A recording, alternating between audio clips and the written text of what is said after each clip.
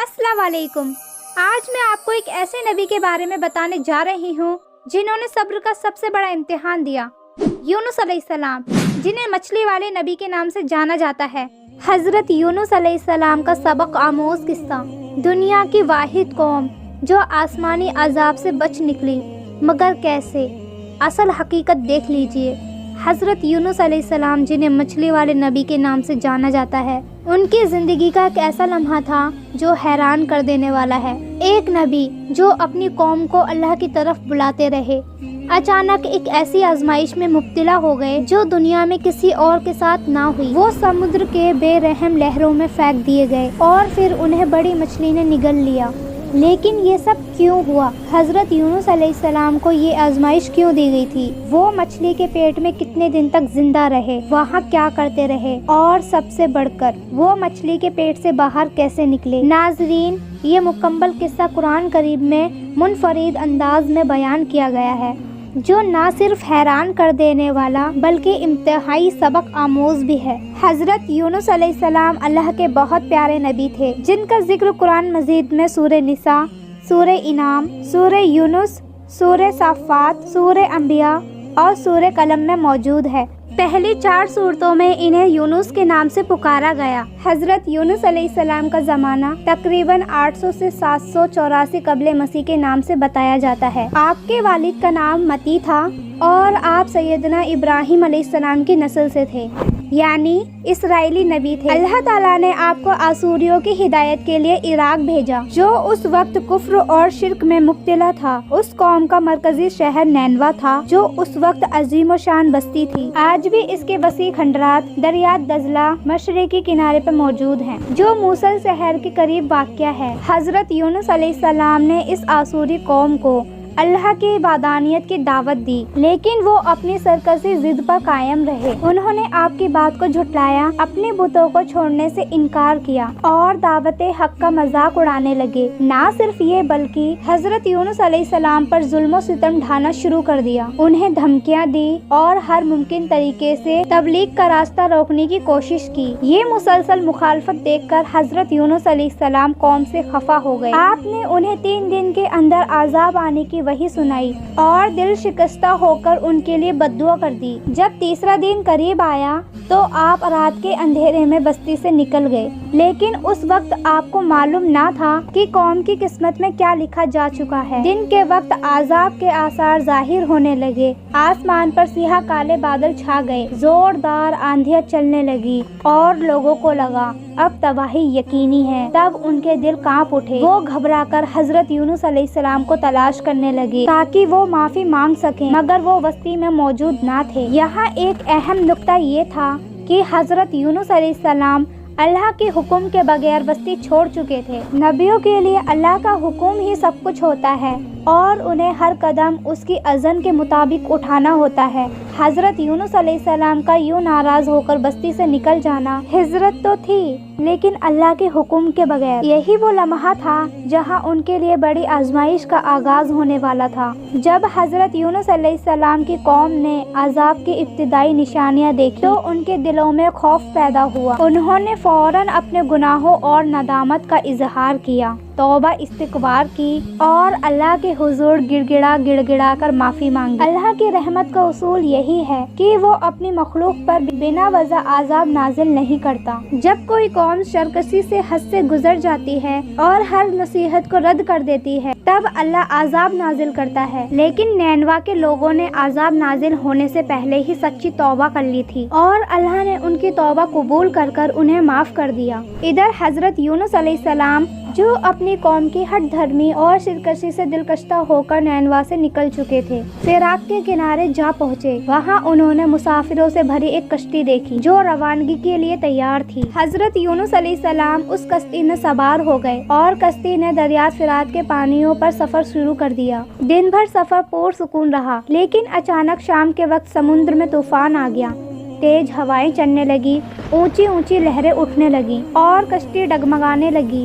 ملاحوں نے کشتی کو بچانے کی ہر ممکن کوشش کی۔ مسافروں نے اپنا سامان سمندر میں پھینک دیا تاکہ وزن کم ہو، مگر طوفان کی شدت کم نہ ہوئی اور کشتی مسلسل ڈوبنے کے قریب ہوتی جا رہی تھی۔ اہل کشتی کا عقیدہ تھا جب کشتی اس طرح طوفان میں پھنس جائے تو اس کا مطلب ہوتا ہے اس میں ایک ایسا شخص سوار ہے جو اپنے آقا سے بھاگا ہوا ہے، اور جب تک وہ شخص کشتی سے نہ اتر جائے کشتی طوفان سے بچ نہیں سکتی۔ حضرت یونس علیہ السلام کو یہ سن کر احساس ہوا کہ یہ سب کچھ اللہ کی طرف سے یہ آزمائش ہے۔ انہوں نے اہل کشتی کو مخاطب کر کے فرمایا، میں ہی وہ شخص ہوں جسے اس کشتی سے اترنا چاہیے، کیونکہ میں اپنے رب کا حکم کا انتظار کیے بغیر اپنی قوم کو چھوڑ کر آ گیا ہوں۔ مجھے سمندر میں ڈال دو تاکہ کشتی اور اس میں سوار باقی تمام لوگ محفوظ رہ سکیں۔ لیکن کشتی میں سوار مسافر اور ملحہ حضرت یونس علیہ السلام کی نیکی، پارسائی اور پاکیزگی سے واقف تھے۔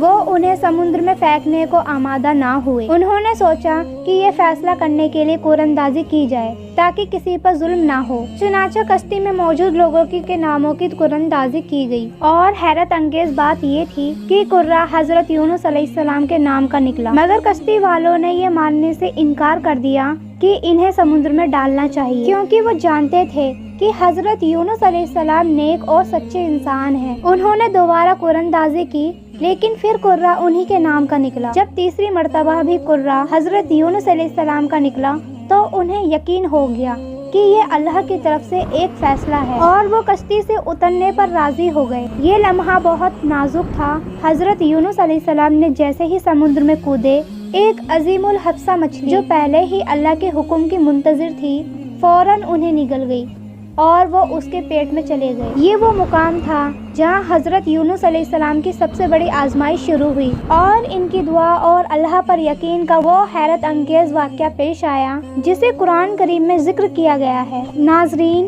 جب حضرت یونس علیہ السلام کشتی سے سمندر میں کودے تو اللہ نے بڑی مچھلی کو حکم دیا کہ وہ انہیں نگل لے، لیکن یہ بھی فرمایا یہ تمہاری غذا نہیں، ان کے جسم کو کوئی تکلیف نہیں ہونی چاہیے۔ اللہ کے حکم سے مچھلی نے انہیں نگل لیا، مگر وہ اس کے پیٹ میں زندہ رہے۔ جب حضرت یونس علیہ السلام نے خود کو مچھلی کے پیٹ میں پایا تو انہیں احساس ہوا کہ وہ اللہ کے اجازت کے بغیر اپنی قوم کو چھوڑ کر آ گئے تھے۔ اس ندامت کے ساتھ انہوں نے اللہ کی بارگاہ میں توبہ اور استغفار کرنا شروع کر دیا۔ وہ 3 اندھیروں میں گھر چکے تھے، ایک رات کا اندھیرا، دوسرا سمندر کی گہرائیوں کا اندھیرا، اور تیسرا مچھلی کے پیٹ کا اندھیرا۔ ان گپ اندھیروں میں حضرت یونس علیہ السلام نے اللہ کو پکارا اور ایک ایسی دعا مانگی جو قیامت تک ہر حاجت مند کے لیے نجات کا ذریعہ بن گئی۔ حضرت یونس علیہ السلام کی یہ دعا قرآن مجید میں یوں بیان ہوئی ہے، لا الہ الا انت سبحانک انی کنت من الظالمین۔ اے اللہ، تیرے سوا کوئی معبود نہیں، تو پاک ہے،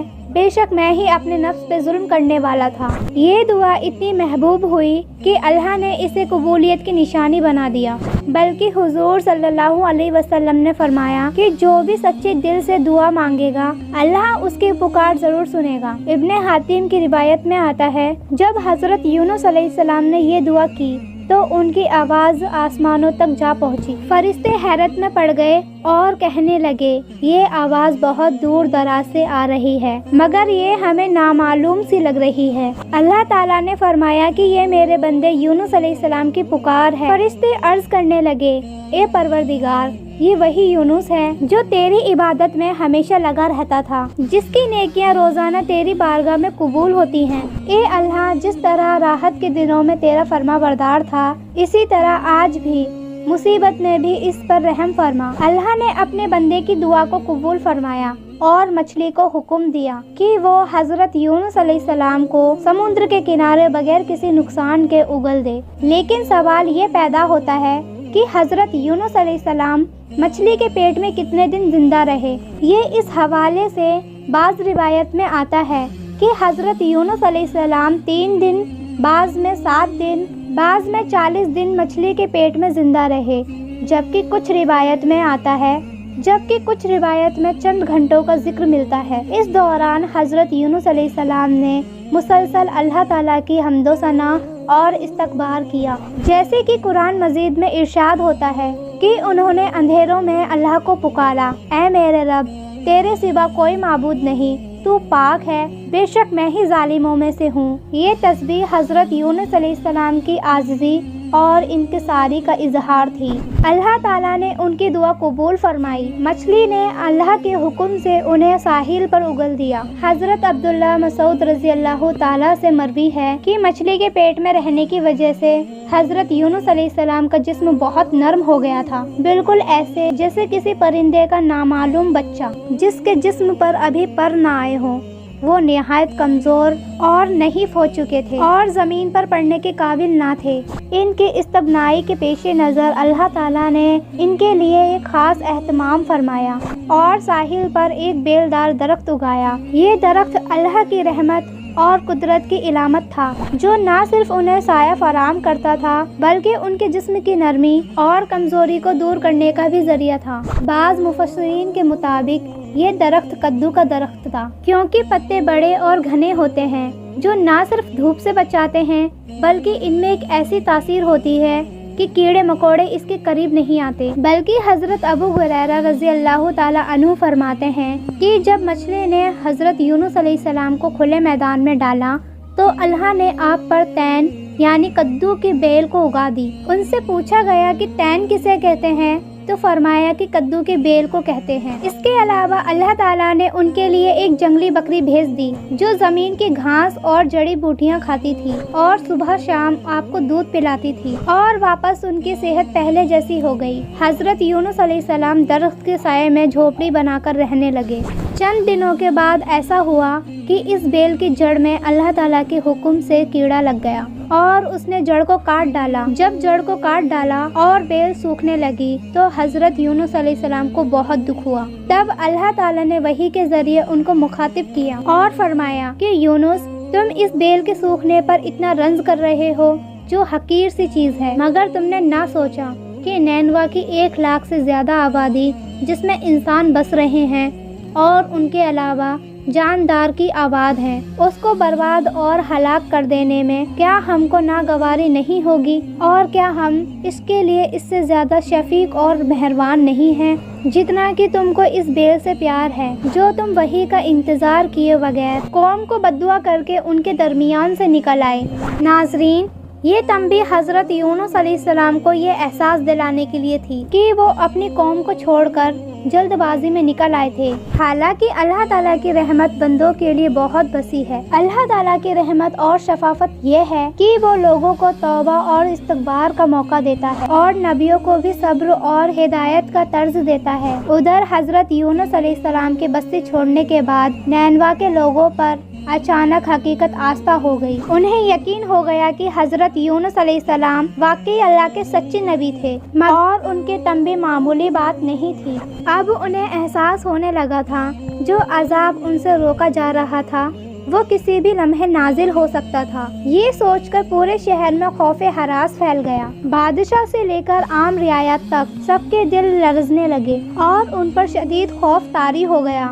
ہر شخص گھبرایا ہوا تھا کہ کئی دیر نہ ہو جائے اور اللہ کے عذاب کا شکار نہ ہو جائیں۔ یہی سوچ کر سب لوگ حضرت یونس علیہ السلام کو تلاش کرنے نکل پڑے تاکہ انہیں پا کر ان کے حق پر ایمان لائیں اور اللہ سے معافی کی دعا کریں۔ لیکن جب انہیں نہ پا سکے تو شدت ندامت کے عالم میں پورا شہر اللہ کے حضور گڑ گڑانے لگا۔ ہر شخص رو رہا تھا، توبہ کر رہا تھا اور اللہ سے رحمت کی فریاد کر رہا تھا۔ بالآخر بادشاہ سمیت پوری بستی کے لوگ اپنے گناہوں کا اعتراف کرتے ہوئے ہر طرح کی برائیوں سے تائب ہو کر اپنے اہل و عیال اور حتیٰ کہ مویشیوں کو ساتھ لے کر شہر سے باہر نکل آئے اور کھلے میدان میں جمع ہو گئے اور رو رو کر اللہ سے معافی طلب کرنے لگے۔ ہر شخص کی زبان پر یہی دعا تھی، اے میرے رب، جو پیغام یونس علیہ السلام ہمارے پاس لے کر آئے تھے ہم اس پر مکمل ایمان رکھتے ہیں۔ ہم نے اپنی کوتاہیوں کا اعتراف کر لیا ہے،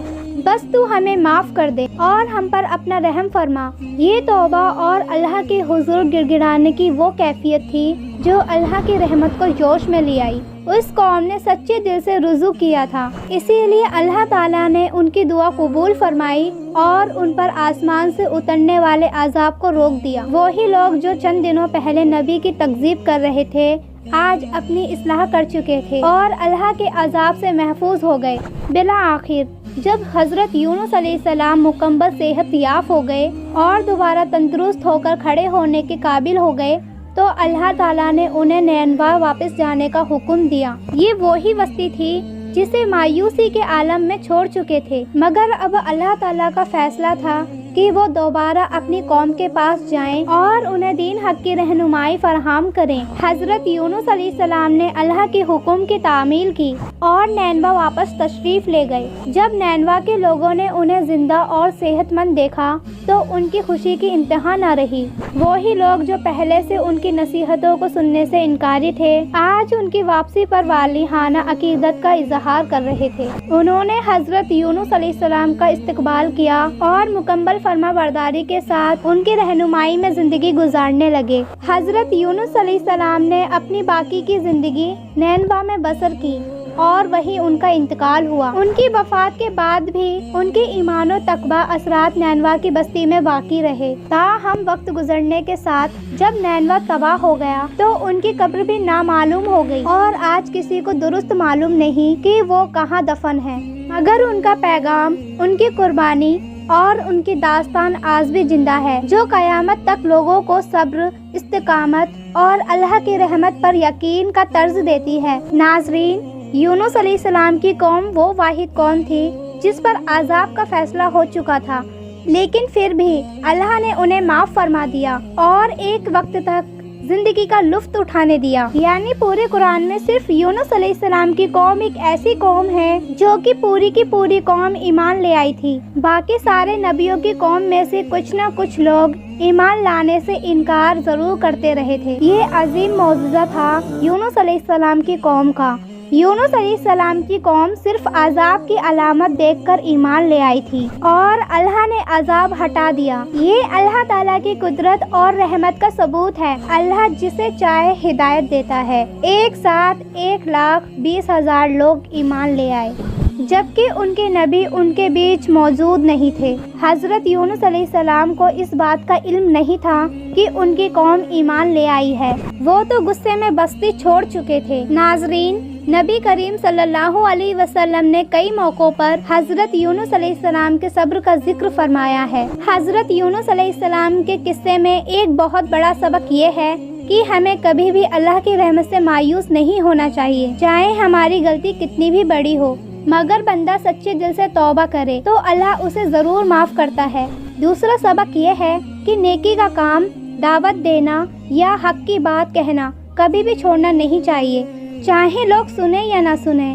ہدایت دینا اللہ کے ہاتھ میں ہے، ہمارا کام صرف پیغام پہنچانا ہے۔ تیسرا سبق یہ ہے کہ غصہ اور جلد بازی انسان کو مشکل میں ڈال دیتی ہے، جیسے کہ حضرت یونس علیہ السلام نے غصے میں اپنی قوم کو چھوڑ دیا، لیکن بعد میں انہیں اس جلد بازی اور غصے کا پچھتاوا ہوا۔